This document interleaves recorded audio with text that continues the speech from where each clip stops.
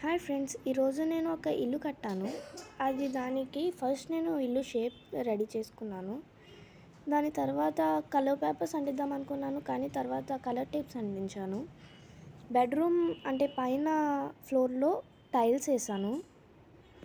ఇంకా కొంచెం వాల్కి అంటించడానికి అలాంటివి పెట్టాను. టీవీ రెడీ చేశాను. దాంతోపాటు బెడ్ కూడా చేశాను. బెడ్కి అయితే చిన్న షెల్ఫ్ అయితే పెట్టాను. మొత్తానికి బెడ్రూమ్ రెడీ అయిపోయింది. ఇప్పుడు కింద ఫ్లోర్ స్టార్ట్ చేశాను. ఫస్ట్ నేను కబోర్డ్ రెడీ చేసుకున్నాను. తర్వాత డైనింగ్ టేబుల్ అయితే అంటించాను. దాని తర్వాత స్టవ్ పెట్టుకోవడానికి అది అలమారా రెడీ చేశాను.